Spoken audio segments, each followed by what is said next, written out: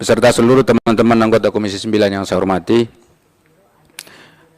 Para tamu undangan kita pada pagi hari ini saya kira agak sedikit lengkap ini dan cukup dijadikan sebagai representasi dan juga referensi bagi kita untuk merumuskan bagaimana masa depan tenaga kesehatan kita di Indonesia untuk diperbaiki ke depan ini.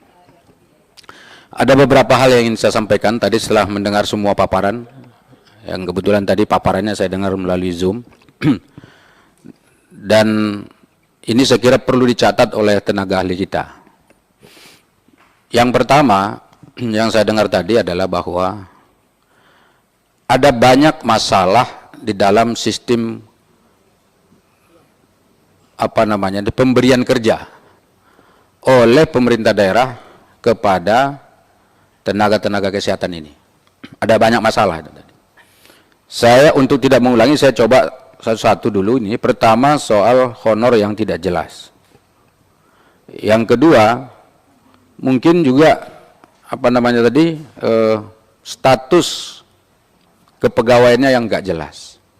Ada yang honornya tadi 150 sampai 350 ribu per bulan.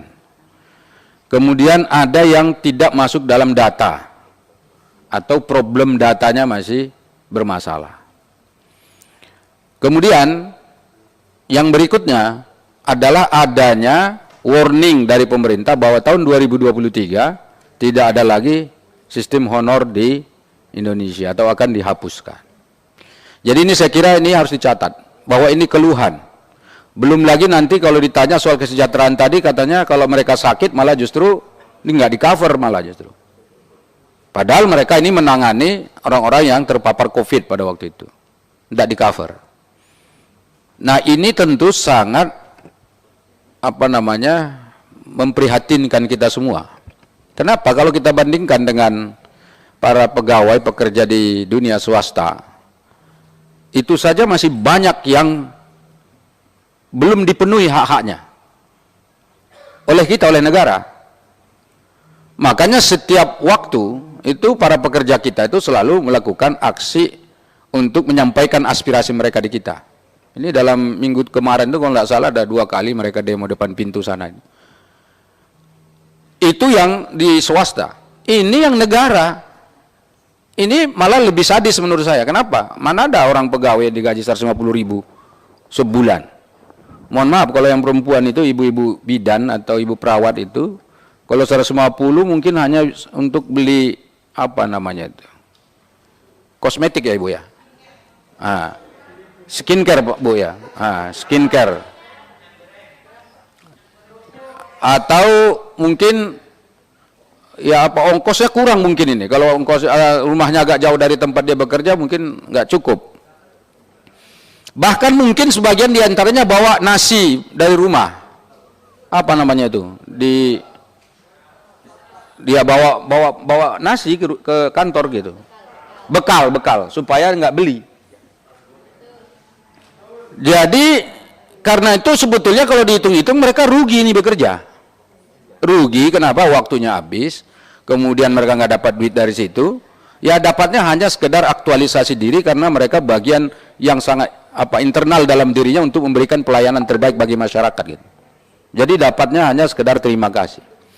Bapak Ibu, ini tidak boleh terjadi di Indonesia. Ini kita negara demokrasi. Masa negaranya saja melakukan hal yang tidak adil kepada warganya? Ya, terutama soal penggajian ini penting nih. Dan ini kan pengakuan nih. Ini sudah representatif nih. Ada yang tadi Asosiasi Tenaga Kesehatan tadi. Itu kan mengakui bahwa seluruh Indonesia sudah dicek-cek mereka itu bahwa pengakuan itu ada. Nah, ini sangat ironis sekali. Belum saya tanya nanti kalau mereka diberhentikan misalnya, tiba-tiba berhenti begitu, apakah misalnya mereka ini dikasih pesangon? Belum ada. Atau bahkan yang paling sedih lagi itu saya dengar ini mungkin tadi nggak dipaparkan, ada yang tenaga kesehatan kita itu atau tenaga honor kita itu setiap tahun itu ya dicek lagi, dicoba lagi, diuji lagi, perpanjang lagi SK-SK-nya oleh pihak pemerintah daerah, dan kadang-kadang itu tidak fair. Kenapa? Katanya ini, katanya, saya tidak begitu terkonfirmasi, tapi katanya ada yang bayar juga itu untuk masuk ke sana. Betul nggak Pak? Nggak usah ragu-ragu nih, betul nggak? Nah, kalau ada orang baru, kemudian mau masuk ke sana, dia bayar. Atau yang mau diperpanjang SIM-nya, kurang lebih begitu, ada juga yang diminta bayar. Ini nggak fair. Kalau pemerintah tidak suka dengan tenaga mereka ini, dari dulu mereka larang ini mestinya, jangan jadi pegawai-pegawai honorer begitu. Ini buktinya kan diterima, dimanfaatkan tenaganya, tapi tidak dipikirkan kesejahteraannya. Ini melanggar. Dan kita memang harus mengawal ini. Belum lagi data tadi, datanya kan kalau nggak salah kemarin kata Ibu Ade 100 berapa, 22.000 apa berapa tuh? 213. Dan itu belum tentu segitu gitu loh. Bisa jadi lebih banyak yang belum terdata di situ. Saya tidak yakin 213.000. Malah justru saya 2 kali lipat dari situ mungkin ada itu. Karena ada yang TKS yang tadi belum ada, saya dengar penjelasan yang soal TKS ini, itu yang lebih penting di TKS nih. Tenaga kerja sukarela. Karena ketika dia melamar jadi pegawai, dia harus tanda tangan. Saya yang bertanda tangan di bawah ini nama, ya kan, Anthony Ginting misalnya gitu, tempat tanggal lahir, ini dan seterusnya. Dengan ini menyatakan bersedia untuk diangkat jadi tenaga honorer dengan catatan: 1. Tidak menuntut gaji. 2. Tidak menuntut diangkat pegawai honor daerah. 3. Tidak menuntut untuk diangkat PNS. Itu betul kan? Dan itu terjadi di seluruh Indonesia Bapak Ibu. Mana ada perjanjian kerja seperti itu? Tidak menuntut gaji. Ini saja udah melanggar hak asasi manusia. Orang dipekerjakan tidak menuntut gaji. Yang kedua, tidak menuntut diangkat jadi honor daerah. Berarti mau ngapain dia kerja di situ? Honor apa dia di situ? Siapa yang mempekerjakannya? Kan nggak jelas. Yang ketiga, tidak menuntut jadi pegawai negeri. Ini sudah melanggar semua ini. Kenapa? Ini kan menuntut pegawai negeri ini. Berarti kan melanggar. Nah, berarti yang seperti ini, Bapak Ibu Saudara, ini harus dicatat oleh teman-teman. Ini nggak boleh terjadi di Indonesia. Kita sebagai negara demokrasi terbesar di Asia ini dikagumi oleh orang lain. Karena kita pilpres, udah beberapa kali, pilpres loh ya, pilpres. Walaupun ketegangannya kencang antara beberapa pihak para pendukung, tapi alhamdulillah kita tetap damai. Kontribusinya siapa? Masyarakat. Nggak ada yang ribut, nggak ada yang perang. Mestinya negara berterima kasih kepada masyarakat yang menjaga demokrasi kita ini terjalin dengan benar dan terlaksana dengan baik. Itu kontribusi masyarakat. Padahal ketegangannya sampai sekarang masih terasa ini. Padahal udah gabung-gabung kita semua. Tapi ketegangan di masyarakat masih ada. Ini kontribusi. Jangan-jangan nakes ini juga berkontribusi karena ketika mereka melayani itu tidak memandang partai politiknya apa. Ya kan, kalau mereka nanya, datang ke sana berobat, ditanya, kamu partainya apa? Partai A, enggak mau saya suntik, kamu sana aja, mati aja kalian. Kan enggak begitu. Benar enggak Bapak Ibu? Kan bekerjanya atas apa? Dasar kemanusiaan, benar enggak? Apakah Ibu pernah nanya agamanya? Enggak pernah tanya agamanya. Apakah pernah nanya sukunya? Enggak pernah tanya sukunya. Ah, ini kalau orang Bali enggak mau saya, enggak ada Pak. Dan di Bali juga gitu. Di Bali juga kalau kita datang berobat enggak ditanya, kamu orang Batak ya? Enggak Pak. Maka karena itu ini sudah bagus, yang dikerjakan oleh mereka itu bagus, karena itu kita harus memperjuangkan. Itu satu. Yang kedua, Bapak Ibu, ini kan masalah keuangan negara. Ini supaya jelas Pak, clear. Saya kira negara juga tahu kebutuhan terhadap tenaga kesehatan itu memang cukup tinggi di Indonesia. Karena salah satu ukuran tingkat kesejahteraan rakyat di Indonesia ini, selain pendidikan itu adalah kesehatan. Jadi kalau petugas kesehatannya itu tidak seimbang dengan jumlah penduduk, kita jumlah penduduknya 273 juta, tidak kurang dari 237 juta. Dan tingkat natalitas kita, tingkat kelahiran di Indonesia paling rendah 5 juta per tahun. Semakin banyak jumlah penduduk, itu maka semakin banyak ada tingkat natalitasnya. Nah ini kita tidak tahu ini, sebetulnya natalitas itu masih 5 juta atau 7 juta gitu. Katakanlah kita sekarang jumlah penduduk 273 juta. Sekarang saya tanya, berapa jumlah tenaga medis kita yang siap melayani kita? Berapa jumlah dokter umum, dokter spesialis, perawat, bidan di seluruh Indonesia, dan juga petugas-petugas lain seperti farmasi, kemudian yang apa itu, yang bagian ronsen dan seterusnya itu apa? Radiologi ya. Itu berapa di Indonesia yang kita dapatkan, yang kita punya? Sudah sesuaikah rasionya dengan jumlah penduduk kita? Saya hakul yakin dan yakin betul bahwa tidak sesuai. Andai kata seluruh tenaga honor ini diangkat jadi PNS, pasti masih kurang jumlah tenaga yang dibutuhkan untuk melayani seluruh rakyat Indonesia. Terutama yang di daerah pinggiran, di daerah perbatasan, daerah-daerah kecil, di mana orang-orang juga agak segan untuk bekerja bertugas di sana. Segan loh maksudnya.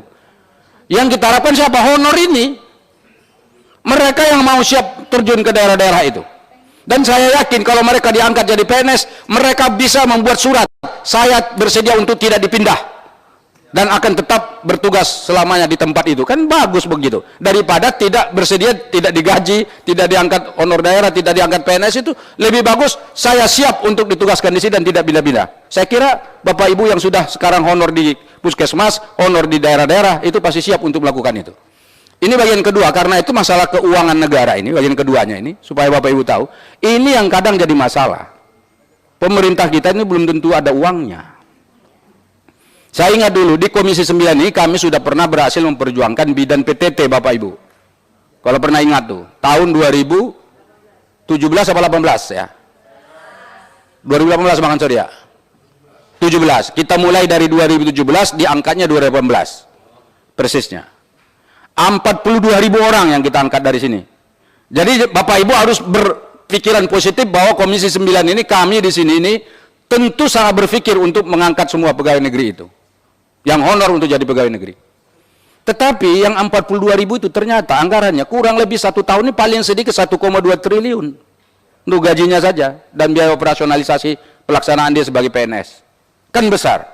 Sekarang kalau kita angkat yang 213.000 tadi, itu yang datanya ada di pemerintah loh ya, belum yang tadi masih bermasalah. Kira-kira berapa anggarannya? Nah ini sekarang negara sanggup enggak?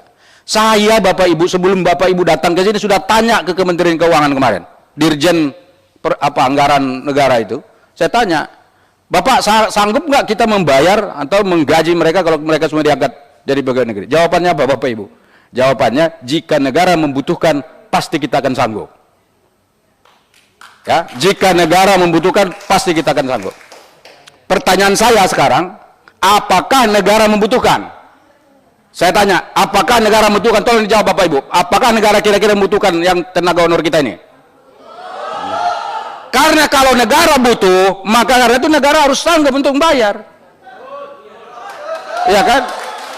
Jadi jangan ada alasan APBN kita ini itu segala macam. Buktinya kita bisa bangun infrastruktur besar-besar itu lapangan udara yang besar itu, ya kan, jalan tol di mana-mana, tuh kereta api cepat di sana yang sampai sekarang masih mandek itu, kemudian ada yang lapangan udara udah besar-besar nggak dipakai, banyak kok. Kenapa untuk yang sumber daya manusia nggak kita pikirkan? Bukankah pembinaan sumber daya manusia itu adalah masa depan?